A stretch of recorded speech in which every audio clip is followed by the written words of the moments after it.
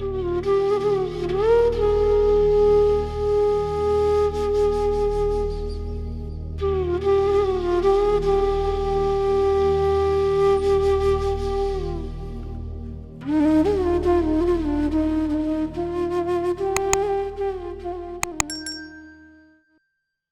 कुछ ऐसे हुआ कि मुझे नहीं पता था कि गुरुजी कहीं मुझे याद कर रहे हैं या मुझे बुलाना चाहते हैं। मेरा काम धंधा सब कुछ खत्म हो गया था, घर बिक गए, गाड़ी कर्जों में चली गई, कुछ नहीं बचा था, नौकरी वोकरी सब चली गई। और एक स्टेज ये आ गई थी कि गुरुद्वारे का सहारा था, खाना खाने भी गुरुद्वारे चले जाते थे। फ्रस्ट्रेटेड इतने थे लाइफ में कि रात भर मेरी आंटी जागती थी और शायद सोचती थी कि सुबह तक कुछ कर ना ले। उस दौर में था मैं जब गुरुजी ने बड़े प्यार से बुलाया होगा, लेकिन मैं गुरुजी को नहीं मानने वाला था। आंटी को अचानक कोई ले गया, यानी कि आंटी को नहीं ले गया, गुरुजी ले गए आंटी को अपने आप कि अब तुझे अंकल को लेके आना। हम सब की मर्जी नहीं है कि हम गुरुजी के दरबार में बैठ के लंगर कर सके। ये गुरुजी की मर्जी है, ये इनका आशीर्वाद है, वरना हमारी कोई ताकत नहीं है। आज की बात तो मैं बाद में बताऊंगा, क्योंकि मैं कैसे जुड़ा मैं बता रहा हूँ आपको।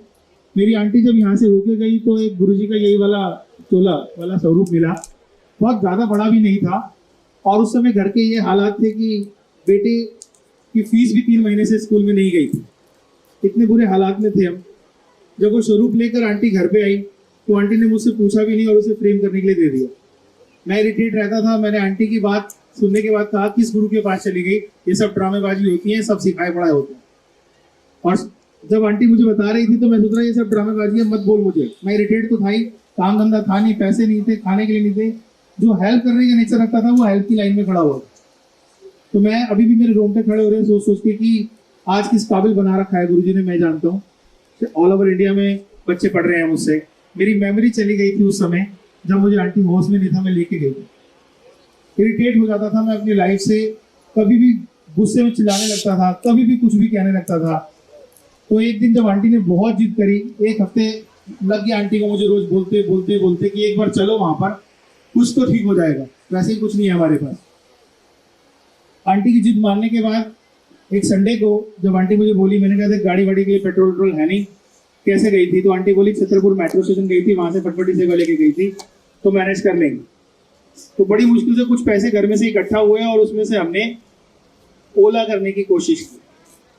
पहली बार जब ओला की तो 5 मिनट बाद ओला वाले का फोन आ गया, मैं नहीं जाऊंगा जी, कोई और कर लो। तब मैंने अपनी आंटी को बोला, देख जिस गुरुजी को तू कह रही है मुझे बुला रहे हैं, वो तो खुद मना कर रहे हैं। कह रही वो ओला वाला मना कर रहा है, गुरुजी मना नहीं कर रहे, एक बार और कोशिश कर लो। तो जब कोशिश की तो जो डेस्टिनेशन पॉइंट लिखा था वो था मेट्रो स्टेशन छतरपुर।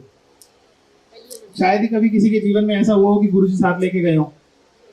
हम जैसी ओला में बैठे, उसे OTP नंबर दिया तो ड्राइवर का सबसे पहला स्टेटमेंट था, गुरुजी के जाना है। अब उसमें गुरुजी और मेट्रो स्टेशन का क्या रिलेशन है मुझे नहीं समझ आता, क्योंकि आंटी को पता है कि वहां से 10-11 किलोमीटर दूर है मेट्रो स्टेशन। तो जब मैंने उसकी ये बात सुनी तो मैं हिल गया। मैंने कहा मतलब, मैं कहा छतरपुर मेट्रो स्टेशन, कहते नहीं गुरुजी के जाना है। तो उसने 2 बार बोला, मुझे समझ नहीं आया कि उसने क्यों बोला, मुझे समझ नहीं आ रहा था वो कहना क्या चाह रहा है। थोड़ी देर बाद आप बिलीव करेंगे कि क्या हुआ, वो गुरुजी के सत्संग करने लगा जैसे आज मैं यहाँ सत्संग कर रहा हूँ। कि मेरी गाड़ी पलट गई थी और गुरुजी ने 3 बार पलटी हुई गाड़ी के बाद मुझे हॉस्पिटल में आके ठीक किया, और आज मेरी 3-3 गाड़ियाँ गाड़ी किराए पे चल रही है। तो मैंने कहा अपना मुंह बंद कर यार, ये 1 हफ्ते से वैसे ही परेशान कर रही है। तो मैं इस तरह से बिहेव कर रहा था और जो मन में आ रहा था बोल रहा था। फिर गुरुजी ने क्या किया, उसका मुंह बंद करा के एक CD थी उसके पास और CD प्लेयर था, उसने CD लगा दी, उसमें भी गुरुजी के शब्द थे। तो पूरे रास्ते गुरुजी शब्द सुना के लेके गए। ये कम नहीं था मेरे लिए कि ये हो क्या रहा है। फिर जब हम बीच में मतलब सो गए तो टिवोली जगह आती है, वहां आके आंख खुली। मैंने कहा भाई तेरा मेट्रो स्टेशन नहीं आया, कह रहा गुरुजी के यहाँ छोड़ने जा रहा हूँ। तो वो गुरुजी के वहां जब छोड़ने गया और मैं अंदर गया तो मेरे को म्यूजिक पसंद था, तो गुरुजी को ही पता था कि इसको पंजाबी गाने पसंद है। तो जैसे ही मैं अंदर घुसा तो वहाँ पंजाबी गाने चल रहे थे, जुगनी गुड़ी। तो पहले तो वो मन में बिठा लेते हैं आपको कि चले आपको ठीक करते हैं, पहले आपका मन बनाते हैं फिर आपसे बात करते हैं। वो सुना तो अंदर से बाहर निकले, फिर कोई पंजाबी गाना, उसके बाद फिर पंजाबी गाना। मैंने कहा समझ नहीं आ रहा कि ये मंदिर है या कोई ऑर्गेनाइज प्रोग्राम हो रहा है यहाँ पर। एक तो माहौल ऐसा था कि 4 लोग इकट्ठा बैठ के खा रहे थे, वो देखकर भी अच्छा लग रहा था, लेकिन वो जो गुस्सा जो तनाव था वो पता नहीं कहाँ जा रहा था, मुझे समझ नहीं आया। जब मैं बाहर निकल के आया तो ये गुरु जी की कृपा होगी कि बीच में पैसेज पड़ता है जहाँ आज हमें सेवा मिली हुई है। उस पैसेज पर मुझे एक बैल दिखाई दिया जो कि बहुत सुंदर था, और क्षण भर के लिए वो दिखाई दिए और उसके बाद वो ओझल से महसूस हुए। आप लोग वैसा ही महसूस कर रहे होंगे जो लोग नए होंगे, जैसा मैं महसूस कर रहा था कि ये सब सिखाए हुए होते हैं, ये जानबूझ के बोल रहे होते हैं। बिल्कुल ऐसा फील होता है पहली बार जब हम जुड़े नहीं होते, हमें लगता है ये सब कहानियां हैं, ड्रामेबाजी हैं, ये ड्रामे सबके साथ हो जाए मैं तो चाहता हूँ गुरु जी, राइट रॉन्ग। तो तभी आके सब यहाँ बता पाएंगे कि उनके संग कौन कौन से ड्रामे हुए। उस ड्रामे को आप देखिए, कुछ नहीं था हमारे पास, हमने सिर्फ ये कोशिश की चलो यार अब कुछ नहीं है तो मन लग रहा है, यहाँ पर माहौल अच्छा है, माहौल की वजह से बुलाया। आस्था वास्ता तब तक भी नहीं जुड़ी थी, गुरुजी ने माहौल देकर मुझे बुलाया और वीरवार को मैंने गुरुजी के यहाँ जाना शुरू किया।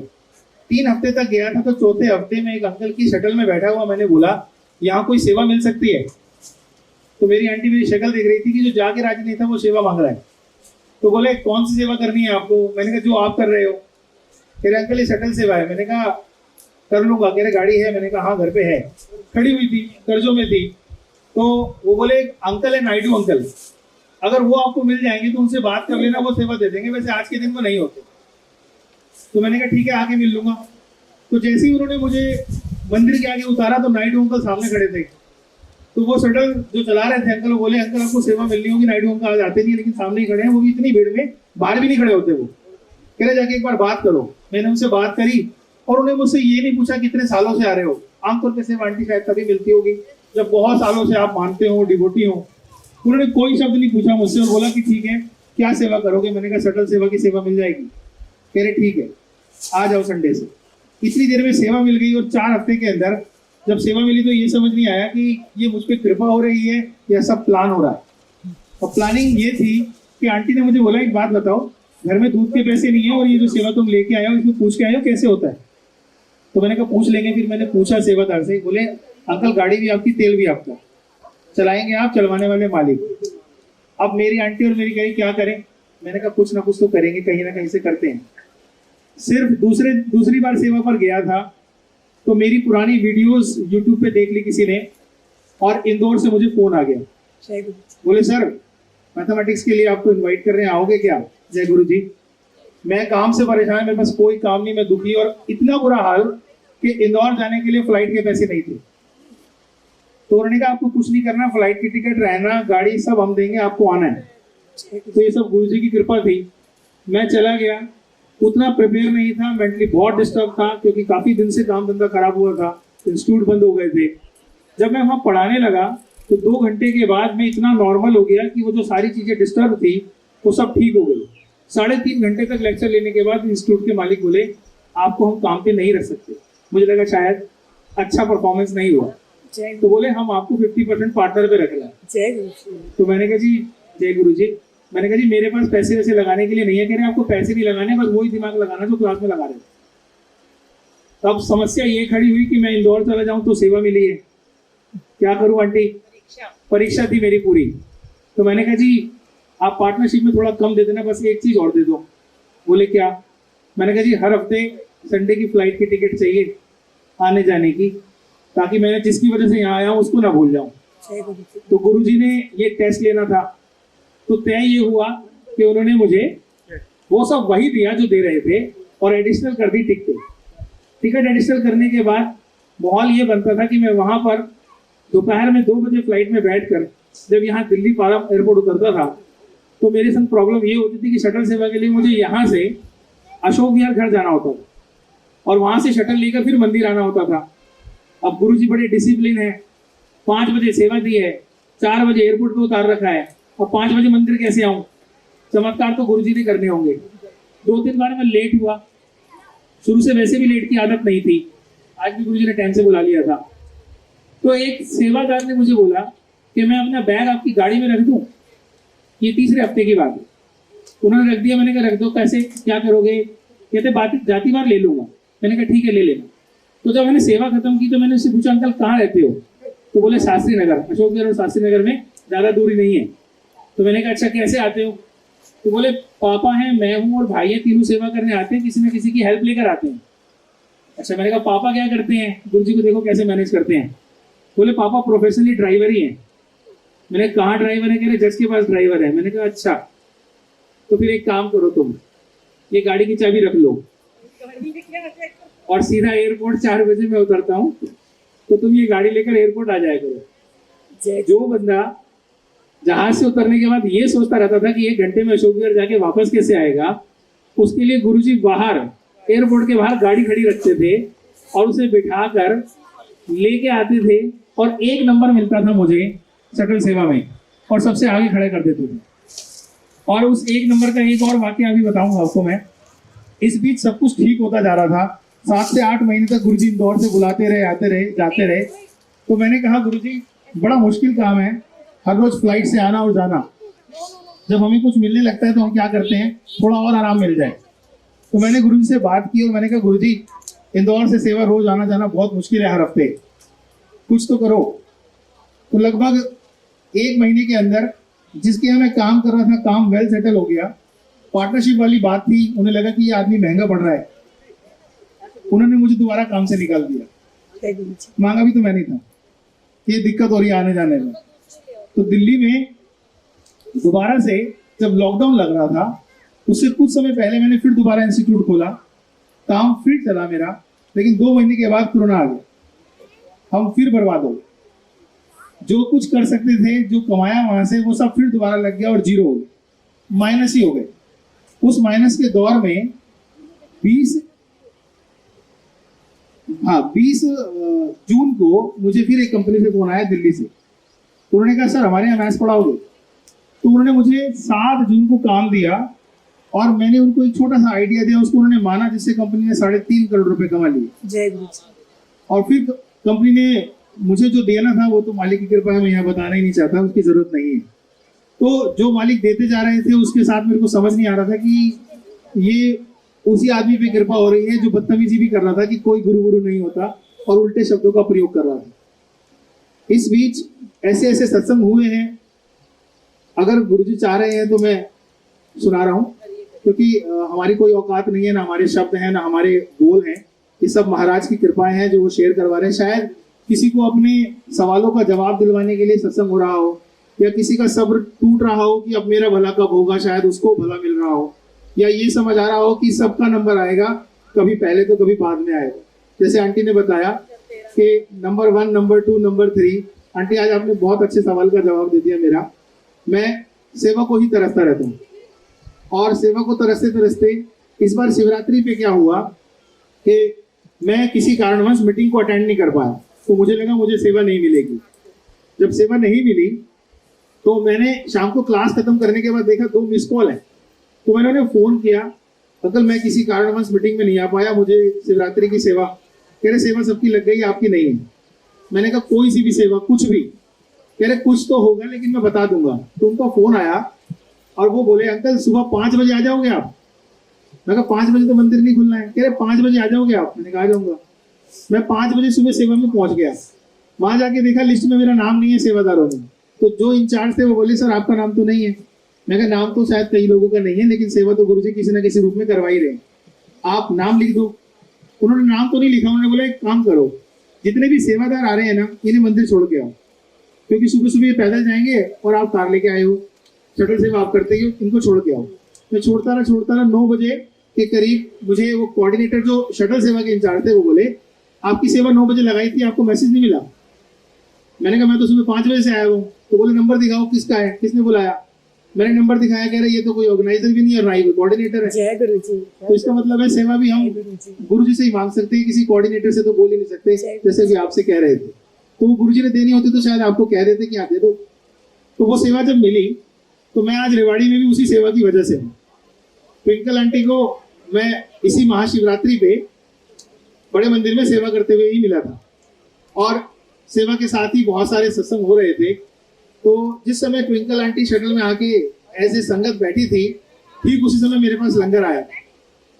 अब लंगर छोड़ूं या सेवा छोड़ूं, तो इन्होंने कहा आप आराम से लंगर कर लो, उसके बाद सेवा कर लेना।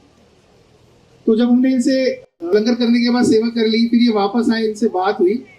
तो इस बीच एक सत्संग जुड़ा मेरी आंटी का, मेरी अपनी जो वाइफ की बात कर रहा हूँ।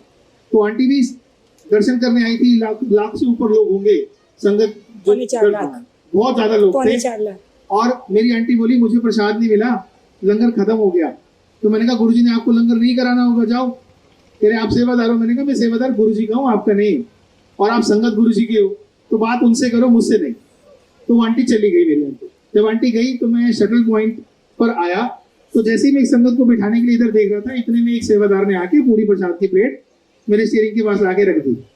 तो मैं देखूं इतने में वो रख के चले गए। तो मैंने अपनी आंटी को फोन किया, मैंने कहा कहाँ हूँ? कह रही मैं तो निकल गई। मैंने कहा प्रसाद तो आ गया। जय गुरु जी। तो मैंने कहा अब क्या करूं, मैंने भी लंगर कर लिया है। कह रही काम करो, रख लो। और आंटी के मुंह से निकला कि इतनी भीड़ में अगर कोई बुजुर्ग मंदिर ना जा पाए तो ये प्रसाद उसको दे देना। तो मैंने रख लिया। रखने के बाद 7 बजे तक मैं सेवा करता रहा। सुबह 5 बजे से शक्ति गुरुजी ने दे रखी है। 7 बजे करीब ये आदेश हुए कि भाई अब आधे घंटे के लिए आप शटल रोक दो, क्योंकि लोग पैदल नहीं चल पा रहे, गाड़ियां क्या चलाओगे। तो मैं रुक गया, बट मैंने कहा ये आधा घंटा सेवा में नहीं रहेगा अगर आराम करूंगा तो मैं वहां पर एक अंकल बैठे थे, एक लड़का था, आपकी उम्र के होंगे। तो मैं उनके साथ सत्संग शेयर करने लगा तो वो अंकल बोले थोड़ा जोर से बोलो अंकल। तो मैंने कहा आपको आवाज नहीं आ रही? कह रहे आवाज तो आ रही है, मेरे दादू की हालत ठीक नहीं है और वो शटल आपकी बंद हो गई है और वो मंदिर नहीं जा सकते, वो उठना मुश्किल है उनके लिए, बड़ी मुश्किल से जाते हैं वो।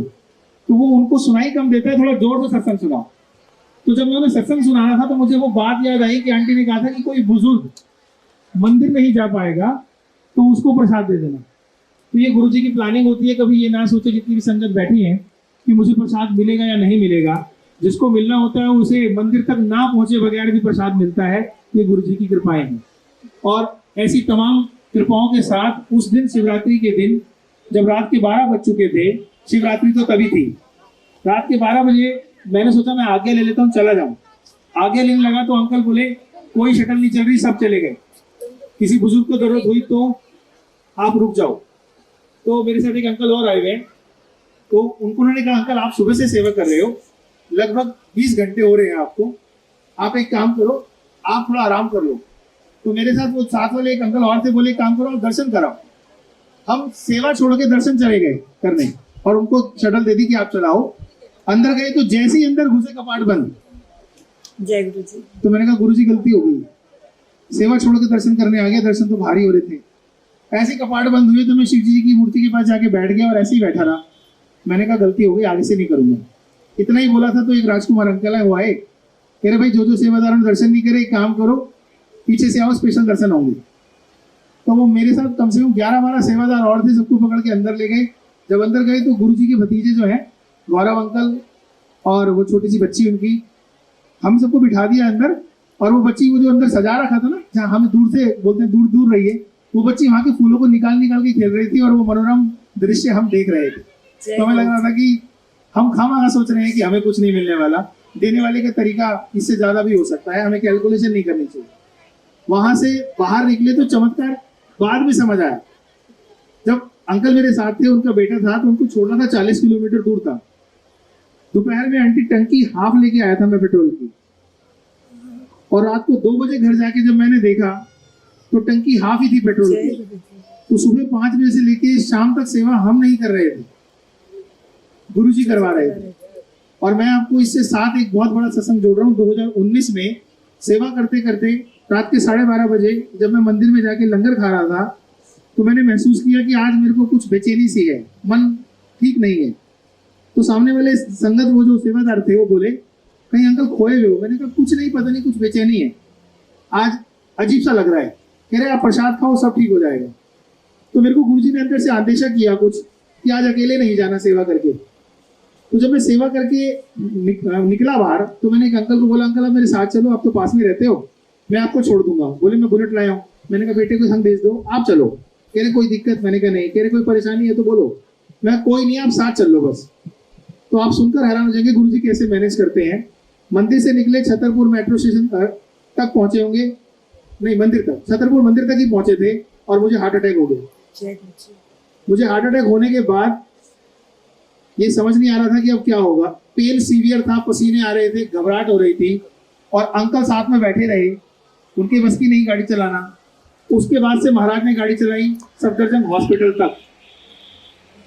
वहां पर मुझे ट्रीटमेंट नहीं मिला, उन्होंने सोचा बीपी की प्रॉब्लम है, और मुझे वहां से फिर दोबारा गुरुजी ने बाहर निकाला और BL कपूर में जाके मैं गिरा। और जब मेरा ट्रीटमेंट